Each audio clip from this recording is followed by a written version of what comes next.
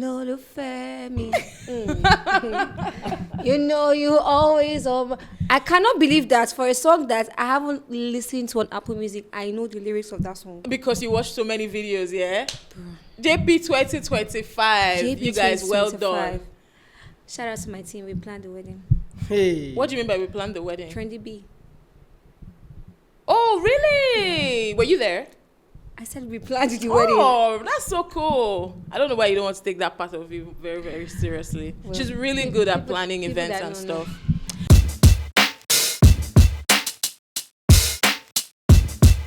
But anyways, well done. You guys did a fantastic job. To be honest, I think that job was one of the scariest jobs I've ever did, because the day before the job it rained, so we couldn't set up. Right. So we now had to set up the day of the event, and it was an outdoor garden, you know, the wind and all. Was this the white wedding or the trad? The white wedding. Oh. The white wedding. I'm so happy that all the reviews we've been seeing from that wedding it was really good. Good reviews. It was really Guest good. listing, very premium. Yeah. Not people like Papaya showing up for that. What did you guys? Let's start with that. There's so much to unpack. Wait, let's introduce our guest first. Hi, we have Dolapo of WeTalkSound. The Geeky Midget. Where did the Geeky Midget even come from? From your day very at simple. Google. I was really short in high school. Oh. Like I was really short, like so short. And then, like, someone just called me that. Somebody called you a midget. Yeah. Wow. And it was supposed to be a diss, but like you know when you just take it and you're like, yeah, you just owned it. Yeah. And then you're a geek as well, tech bro. I used to be, not really anymore. I'm now like he left the tech world once for a music. Bro, always a tech bro. I don't think I left the tech world. I'll say I left my job. Exactly. Okay. But I feel like a lot of the future of music and the present of music is tech. So yeah so still true. A tech bro. So you're still very much music tech bro. That, yeah. I didn't know you see him billing. Bill him. We're billing him now. We're going to talk about WeTalkSound a lot, but please can we dissect JP 2025? It's a pop culture moment. Somebody referred to it as the Met Gala. And I have to agree. Yeah. All these celebrities came out. Yeah. Did you see looks from both the court wedding to the trad to the white wedding? Everything was guys a hit. If you're spending this much for a wedding that is not yours, how will yours be? There's another wedding, the final wedding. They said in Tanzania. Yeah, I think I saw a video, and I think Iyabo Ojo was saying that. Yeah, that's the grand finale. That's gonna be bigger than the one. Yeah, that's the grand finale. I will lose my mind. I'm sorry. I will lose my mind. I can't do it. I can't. From the from style, like her makeup, her 8. Everything. 8. 10 over 8. 8. You can't even fault it. Even Juma. It's hard to find grooms who match up with the bride's like aesthetics. But whoever styled them, that person did an awesome job. Like Juma and Prissy, they did so well. I'm really happy for them. What do you think about the song though? Honestly. It's a sweet song, I cannot lie. Oh, I don't know if it's because of I like love. I cannot lie. And like watching the both of them, you can see people who are so in love with each other. Very true. So like the song, it just makes you feel in love. You know, I didn't even know that there was a song like this. There's a song. There are like 3 songs though. It's only this one I know. There's Ololu Femi. There's the one with he has another one with Fino. Got something. I don't know. Like all geared towards the wedding. Or yes. That is interesting. That's a record. That is interesting. Like they came ready. I don't think I've ever seen anyone make records for the wedding. I know. You know, Davido did it now with Oh Chi Chi. Yeah, but that song already existed. That version of that song was the worst. I disagree. That verse was beautiful. You guys have started your whiskey. I mean, I'm just saying. I disagree. That verse was so good. I have never played the remix of that song. I mean, I've always done it too. Because Oh, Chi. Talking about Davido, you guys, 5 Alive. Yeah, 5 is Yo, here. it's so hard to like, you can't even ignore it. Like, That it's just 5 is everywhere. here. Can we take a moment? Can we take this It's moment everywhere. to give a shout out to Davido's team for the rollout Can't even for lie. 5? You guys are doing a The great job. rollout for 5. Excellent. And it's telling on how Excellent. well 5 is doing. Excellent. The marketing Yeah. strategy, Yes, it's everything telling. is good. I cannot Awesome. even Well lie, done, guys. You know, as an FC, when we see the truth, we say it. You didn't have to bring FC into this. No, we say the truth. We don't lie, and we don't sugarcoat. So when we see truth, we say the truth. You get me? That's what you guys should be doing. Say the truth when you say the truth. 5 is a great 5. 5 has a very, very awesome rollout. Then what about 5, the album? Let's talk about the album. Have you listened to So I haven't really listened to the album, but the song with Oma. I like Offer with Victoria Money. Okay. And then I love Omale. Yeah, she really likes Omale. She really likes Omale. And you can tell that the whole world has missed Omale because everyone is really listening to that one. It's getting cold. No, it's a very good song. It's a very good song. The one with Chris Brown, Titanium. Have you heard it? I've only heard like 4 songs on the album. What do you think?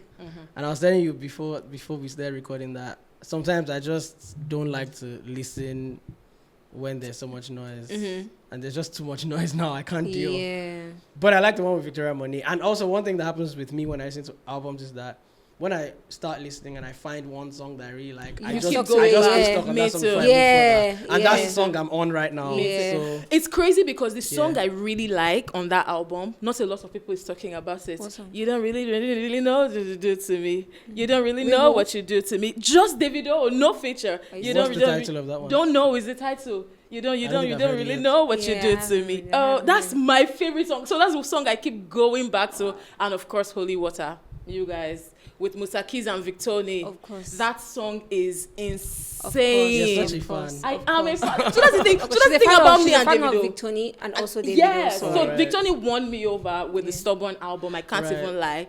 But with Davido, like, forget the personality. I might not even be a huge fan of the personality. I won't lie. But it's the music, the actual Davido music on its own. That's what I really like. And I also like that he's very intentional with the way he's pushing this album. Yes. It's one thing to release a great project, and it's another thing to put in the work to say that, I have released this thing for you guys, but I want you guys to enjoy it, be there and be present. The collaboration he did with PlayStation, the magazine covers, everything you can, and even like all the pop-ups. Yeah, you can tell that cities. he's very intentional. Today, in Lagos. Different cities, Homecoming. He was at Homecoming. He performed with Odumodu at Homecoming. In a few days. He's going to be very there as well. intentional. They did the one at Mattel Tower. Yeah. Yes. There's just so many. He did one in He genuinely New York. wants to connect. Guys, with, I just with want to his say, fans. artists, please. Yeah. I get it. You are talented. You've put out so much. You've put out a good project. After the project, there's another work. Facts. The work doesn't end. It does. That's the why. work doesn't end. Don't leave the work for your PR people and your marketing managers. Yeah. Be there. I will Be there. Be there. Make the work easier for them. I get it, you're paying them, but like, why do I feel like you're talking to Wizkid for Mariah? It's true. We just had an album out. What's going on? Okay, so FC, come close. Now, to be honest, I expected more from Wizkid for Mariah. Especially because of the tantrum, the whole I'm not an Afrobeat artist. Okay, what are you? I expected more because like I love Mariah as an album, and obviously I love Wizkid. Yeah. So I feel like it's one thing. Yes, we know that you've done this thing for a long time. Yeah. We know that you know what you do, but can you be more intentional with promoting the work that you're doing? It's not okay for you to just give us an album and go to your house and sleep. And expect the fans to carry it. Yeah. That era don't pass, actually. It doesn't work like that. Let's fix up. But well done to Davido. 5 is going. Yeah. 5 Alive. We love it. Shout out to the couple who I was going to say shout out to the couple who just got married, but it's actually 2. Huh? So there are rumors that the second wedding, the Kego wedding, they paid. You know how JP happened naturally because I mean it's Yabo Joe, there's the clouds, Prissy is a big influencer and whatnot. So we are hearing that Kego actually paid influencers, flew down some influencers all the way to Anambra to cover this wedding. What do we think, guys? I saw a tweet where someone said that people got paid to attend the wedding. I mean, you know, when I saw celebrity culture in Nigeria is very interesting. You know, when I saw a video of Diane from the wedding, and then I saw Theodore, I thought they were like the brides. They have friends, though. No, they have friends. But on the bridal train, they were not on the bridal. Maybe because they had been busy with Prissy for a long time. I don't know, but I know that I've seen them together in the past. They are friends. Yes, they are friends. Okay, but would you pay for somebody to cover your wedding if you were that wealthy? Let's use that. Someone to go.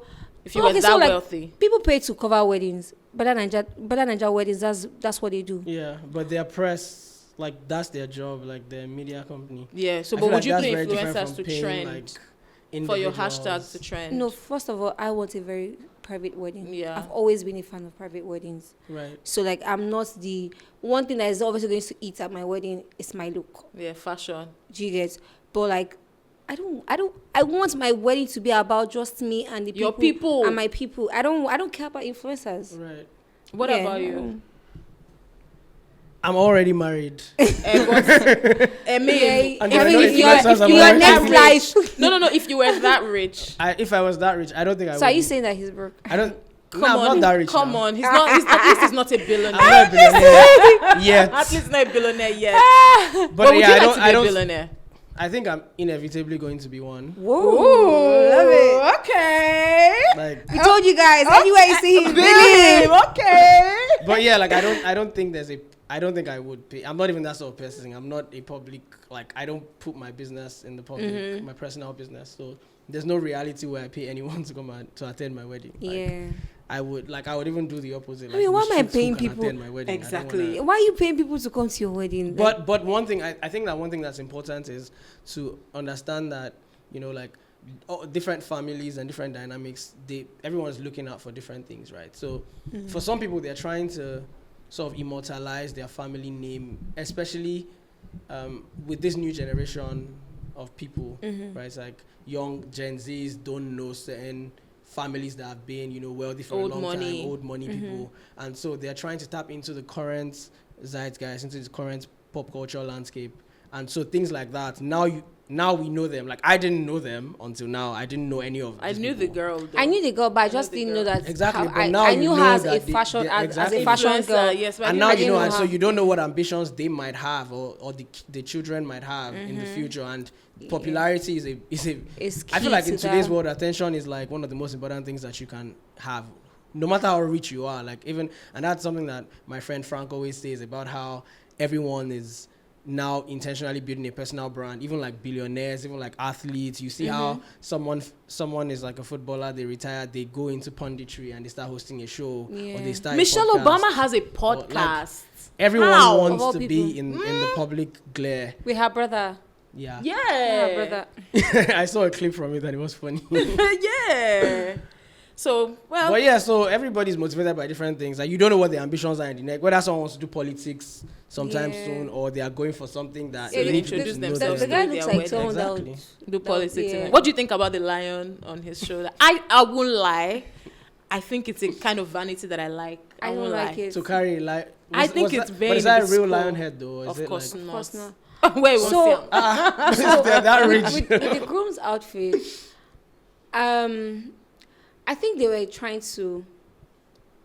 I think that they were trying to achieve two things: spark conversation, okay, and also like, oh, I've arrived. I'm the groom.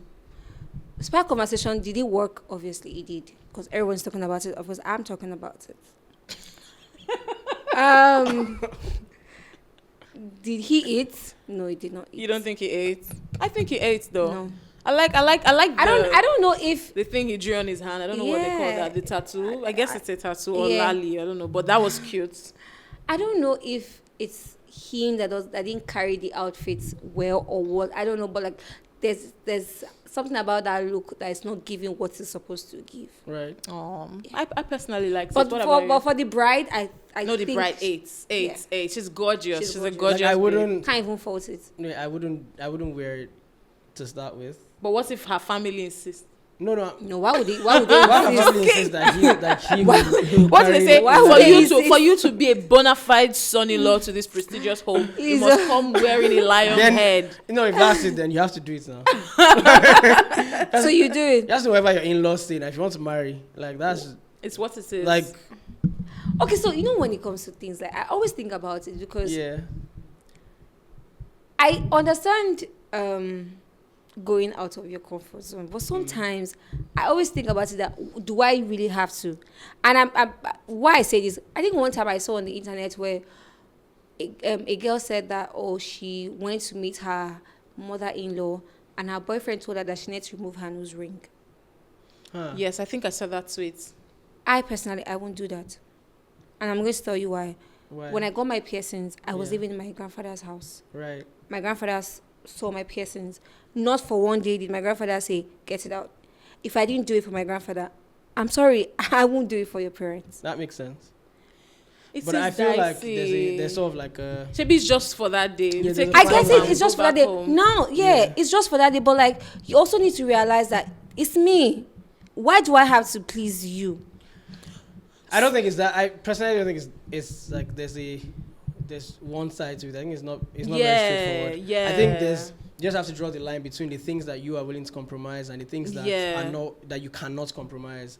And so some things don't matter that much, like in the grand scheme of things. So you wait. You're like, if I want to be with this person, if it really matters to me, and if I can compromise this for one day and it will not hurt me. So you don't think that doing that, it makes it look like for every time something they're not comfortable. Yeah, I think that's the for every time for every time they're not comfortable with something, you have to be the bigger person. That's a potential problem where you now set the precedent where you now have to please them all the time. But they're saying things that you should be open to bending on. I feel like it's like a case by case thing. Like there are some things that, like if you're getting married, for instance, as a Nigerian, let me say as a Yoruba person, because I'm more familiar with that. Like there are many compromises you have to make around how your wedding. Well, you don't have to technically. Like, you can say you do whatever you want, but you'll be pushed to the point where there are a few things that you might want to compromise on in terms of like, who should attend, guest list, how should things go. Your parents will have their say, your in-laws will have their say, and at some point you just have to be like, it's just one day. Like, let this thing just pass and let me move on with my life. There's some battles. I guess it's like you pick your battles. There's some battles that are worth fighting and some that are not worth fighting. There's some things that, you want to invite your whole family from the village. Okay, whatever.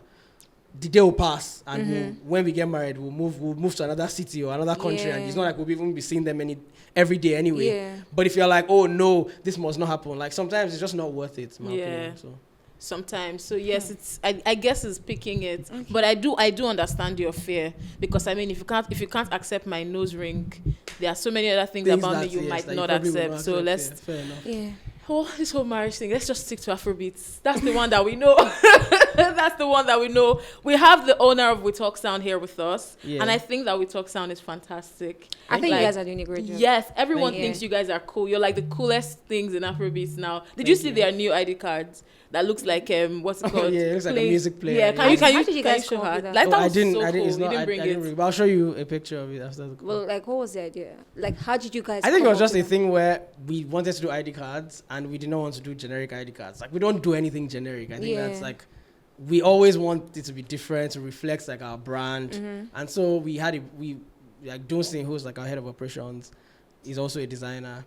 Don't see who said that Nicki Minaj is. Oh yeah. That Doechii is bigger and more talented than Nicki Minaj. How dare you? I saw that argument. That's like, oh my god. That's blasphemy. How dare you? I have no opinion. Which Nicki? He said Doechii is more talented than Nicki Minaj. And I'm like, which Nicki? Like, is it like a different Nicki that the same one. Girl. No, but Dunsin again. So I guess that's one of the interesting things about my team, right? People have very unhinged opinions. That's really. And people are very opinionated, and you sort of see it filter into the way we do things. Nicki. Like we have. I'm not even a Nicki fan, but like I'm angry. Yeah, exactly. That's what we deal with. I was angry too. That's what we deal with all the time on the team. Where like, even like now, imagine we're trying to do something creative. We're trying to produce something. The kinds of like insane opinions that people always bring, and I have to sort of at the end of the day make a judgment and be like, okay, no, but we have to go this way. So with the ID cards, it was more so he then designed like a couple of samples, and then we liked that one. And oh my God, the response has been insane. Yeah, like everyone is like, cool. The funniest thing is like, I posted a picture of the ID card on my Twitter, and then people are replying like, "Oh, do you have an opening? I'm a lawyer. I'm looking for a job." Oh, someone said something like, "Oh, I can just imagine myself with this ID card around my neck." Oh, that is so cool, because it's cool. And for me, it's like, yeah, because of the kinds of places that I've worked at and just the exposure that I have, it's really how I'm trying to build my company to be a very desirable place to work. Like, I've worked at Google, which is like probably the most desirable place to work. You just said, I've worked at Google. Yeah, because I have, right?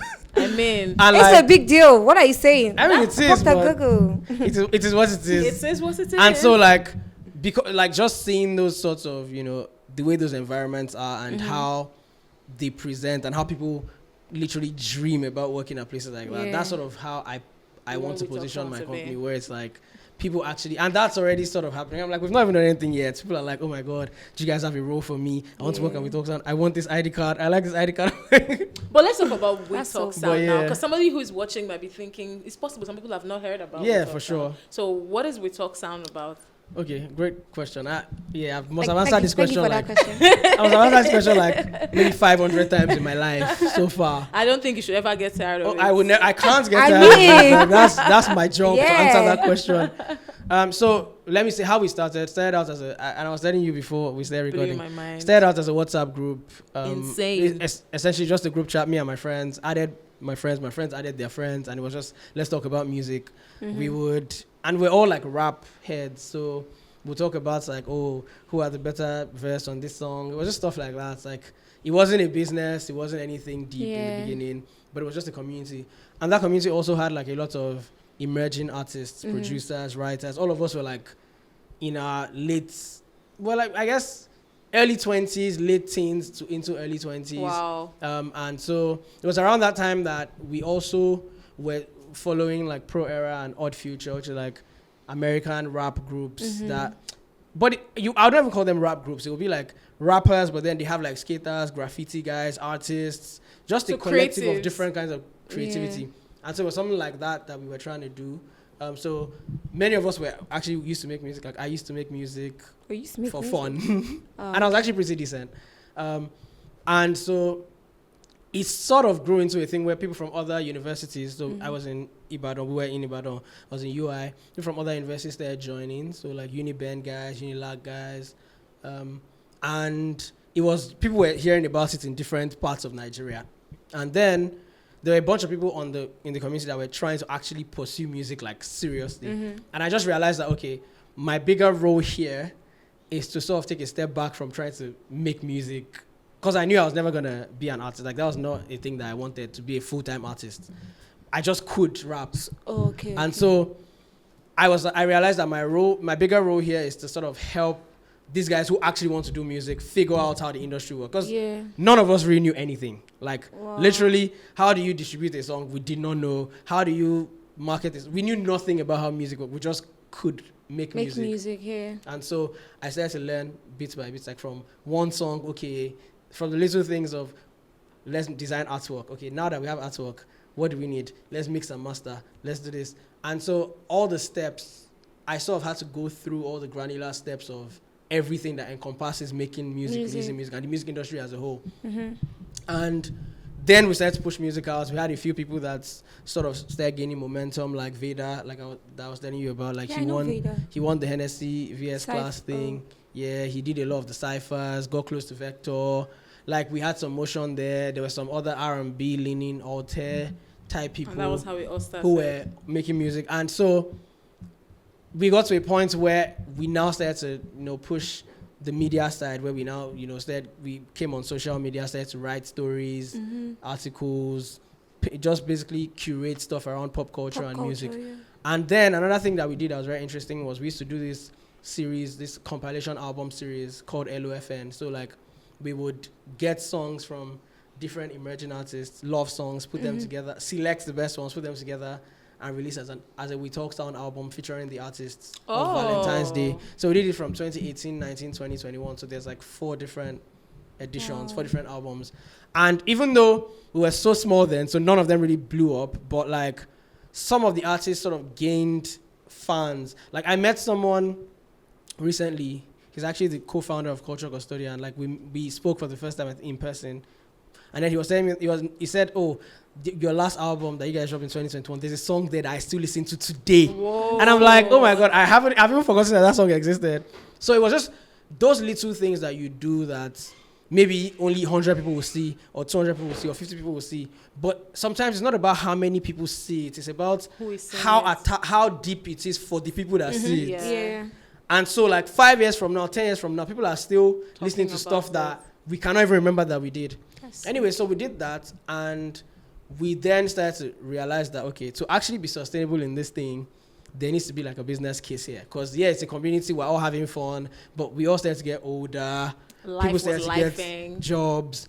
Then before then, like I had moved from Ibadan. Like I moved in 2018 to Lagos, and I started working at KPMG at some point. So I always sort of had a 9-to-5 until now. Like this is like the first time in a long time that I've not had like a full-time serious job. And so we started to like learn how the industry works in Lagos. Like we used to do like this small show at Maryland Mall every Sunday with a guy called Tweaks the James, who's now in radio. Interesting. Yeah, he's now in CTFM, I believe. So he used to be like the host of the show, so reach out to him and we're like, can we bring artists to come and perform? So it was like this place in Maryland Mall where they used to skate and stuff. So we did that, and we used to go to industry events. And so I would walk up to people that I knew from Twitter and introduce myself and be like, oh, my name is Dolapo. You know, I run this community called WeTalkSound. I'm like, oh yeah, I've probably seen you guys on the tail. That was around the same time I met like Motolani, I met like Excel, them, I met like Joey, I met Chuka Obi. Like just people in the industry. Guys, yeah. Yeah. So both like the OG ones, like the Chukas, and like the people like around my age group, like the Tolanis, who were also beginning their own, I guess, journey, like writing, whether as a journalist or on radio, Melody or CTFM, then like all these people. And so it was just about spreading the word that there was this community, this group of people from Ibadan that are now moving to Lagos, and they're called WeTalkSound. That was all we were. But at some point, we realized that, there has to be like a business case to this thing. Because if there's no business case, we would all just scatter. Yeah. Like once like life starts lifing, everybody will scatter. And so I worked at Bolt after KPMG, like the ride-hailing company. Like I used to work there. And one thing that really helped was that the marketing manager was really nice, and she allowed WTS to do stuff for Bolt. Like, because we had like a software engineer, someone that could build good websites and stuff on the team. His name is Etinosa. He's now in the UK. And so there were some cool things that we could build. And so we convinced the Bolt team to allow us build those things for them. And then we did one for free. We're like, oh, let's do the first one for free. If you guys like it, then we started to, and so we started to make small money from there. Then labels started coming. So it was like, oh, we've seen you guys do this for yourselves. Can you guys do this for my artists? And then so that's how you guys basically we now started an agency, and then agencies now sort of became the money making part. So where it was like PR gigs for a lot of we don't have time. I wish we could continue this conversation, but it looks like we'll definitely have to bring you back another time. We need to we really need to talk about WeTalkSound. But it's very interesting because everything you guys have done, you started from the ground up, and you were not from the bottom. Now we're here. I mean, you were not scared of working with emerging artists, which is something that I would say that a lot of people have that, would I say, fear for. And the fear is valid. It is valid. You don't know. No, but then I would also say that I was sort of naive, or maybe naive is not the word, but like I was just driven by like passion. So I did not really care about all these like, oh, I need to protect myself, so I make like a lot of the artists that I worked with or I contributed to their careers, then most of them don't even make music anymore. Like, so if it was about my attachment to them in particular, I probably wouldn't be doing anything now. But for me, it was always the bigger picture. So I don't think I feel like if you're really passionate and you're young, I feel like the early years, you should not be overtly focused on like, oh, is this guy going to make money? Is this like, because it's more about what you learn and what you gain for yourself. Yeah.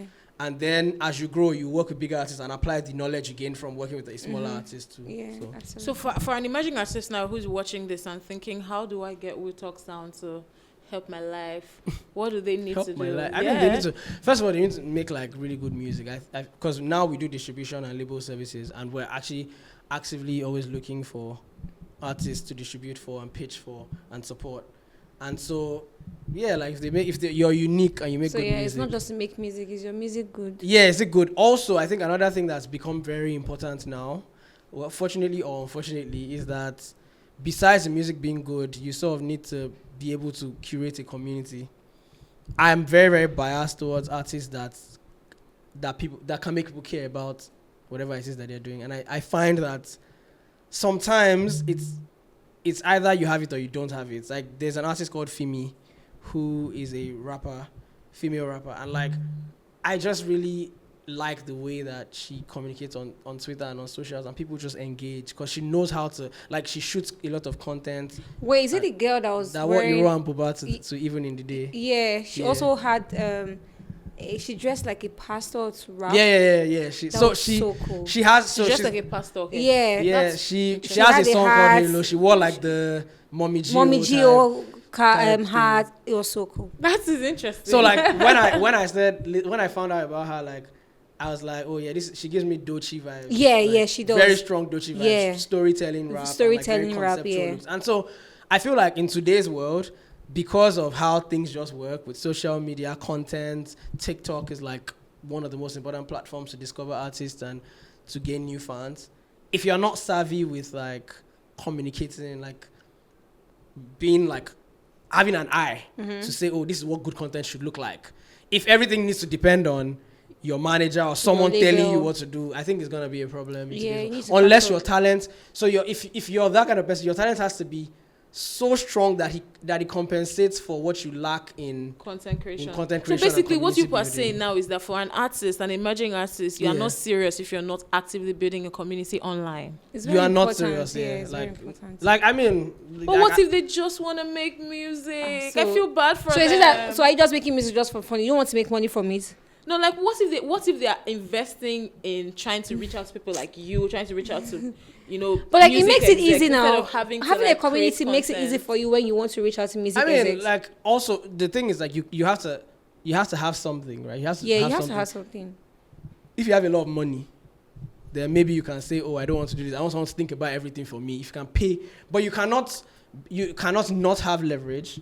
Like maybe you can make great music, but you can't create content and you don't have money to pay. So if you come to someone who is a creator and you say, oh, there's a lady on my team, Nancy. Like, she's great at TikToks. Like, she handles our TikToks and stuff. If you go meet her and you're like, oh, I make great music. I want you to give me ideas and help me create content for me. Are you going to be able to pay her? If you can't pay her, then there has to be something you're bringing to the table. If you can't do it yourself and you still can't afford to pay someone to do it, then it means you're just expecting that the world will bow at your feet. And the world does not revolve around you. Exactly. So I try to fight for you people because the truth is I've actually seen some artists like actively complain about it, not in a bad way, like they're not going to do it, but it makes what they are doing feel like too much of a chore, too much of a job. Well, life is a lot of a chore, and change is constant. change so you have to constant. You have to evolve. Yeah. Too bad that we have to go. Because we have so much to talk about. But our producer behind is like, if you speak one more, if you speak one more time. So but thank you for coming on the show. We tried to make sure we didn't argue too much today. Yeah, we're trying to learn. And Davido fights that I'm always watching. My goodness! Shout out to Burna Boy. Did you guys see he performed on stage recently. What do you guys think about the Lahore remix? I've been seeing some people complain about it. I don't think it's necessary. Thank you very much. Wow. Do you think that, as a distributor, do you think that Burna Boy was the right choice for the remix for Lahore? That's a very like that. The way the question is phrased is like, was the right choice? I mean, in a universe where there are billions of artists, I don't know. I can't say it was the right choice. Okay. But I'm sure that I think it's a good choice. Do you think Lahore needs a remix? I don't see why not. Okay. There are many I guess back end conversations. For someone that says that Afrobeat does not have substance, I don't see why he's jumping on Lahore. Nah. Because Lahore, that's one song without substance. But him saying Afrobeat is not having substance. That has nothing to do with Lahore is Afrobeat. Does he have substance? But he has many songs that have substance. Like, no, Burna Boy has never at any point said that. He's getting emotional. Does Lahore have substance? No, but like... So you're saying that... Burna never said that every single song has to be... Burna said he said Afrobeat doesn't have substance. As a collective. You can't win this. Afrobeat does not have substance. So now you want to talk about a song that does not have substance. But every bonus song. I feel like he needs to pick a side, please. You can't win this. Do you know what I'm excited about? Is the fact that you were not emotional when we were talking about WeTalkSound. Now you talked about Burna Boy. Because you guys are because I'm a neutral industry observer. You guys are an outsider. You guys are stands. You are an outsider. You guys are stands. And that's okay. Don't worry. We don't judge here. We listen. We don't judge. How do you feel every time having to defend your fave? Defend. You just tried defending him now. The only fave I ever defend is Lupe Fiasco. That's my favorite artist. Oh really? That's an interesting one. That is an interesting one. Or Shea Vibes. Yes, even for Nigeria, Shea Vibes is my favorite artist right now in Nigeria. Okay. Never. Okay. Exactly. Like that. So like if I listen to like straight, like I actually like straight hop more. Exactly. That's what people think. But like. But yeah, that's I get it. Spotify Wrapped. What year was? I think last year, top 0.1% or 0.01%. Shea Vibes. And before Shea Vibes used to be Zinoliski. So like. Yeah. There's a consistency to my exactly. That is random. But these street guys are deep. Because I don't understand the language. They write very well. I feel like, and I think they write straight from their heart. I feel like that's the only place where you can hear any truth in. The truth is, I feel like maybe I would have loved straight hop. I currently listen to like really like Imagine by Nip Keys and Ayomaf. Oh, I'll go check it out. I've never heard of that. Yeah. But well done to everyone. They're doing a good job. I see what Burna Boy did. Selling out 2 arenas in Europe just last week. Of course, crazy. Crazy. Of course, crazy for. Give him his credit. It's not a big. It's not an easy. It's not easy, but it's the fact that he said. I saw a video. I saw a video that Adesope was talking about it, and he was just talking about that 80K. What is 80K, 100K? There's been a debate, and it's like. That's the national stadium of France. Like, that's it's like a big deal. The biggest artists in the world that do that. Like, even regular big French artists probably can't do that. So that's a big deal. For a Nigerian artist to do that in Europe, I feel like whether you like him, hate him, like it is just what it is. I saw one post that said to think this guy was fighting Cubana chief priest online, and it's so true. I don't know what that was about. That was because like bro. Oh my god! But thank you for watching this week's episode. We can't wait to hang out with you again next week. And don't forget to subscribe to our YouTube channel. It's very important. Like, I'm tired of even saying it because, like, by now you should be subscribed to our YouTube channel. You should. What are you doing? So please subscribe. And don't forget to catch the show this Friday, 7:30 p.m. Pop Central, channel 189 on DSTV. And follow us on social media: Instagram, TikTok, Twitter. Everything is at. And follow WeTalkSound. Yes, and follow WeTalkSound. I mean.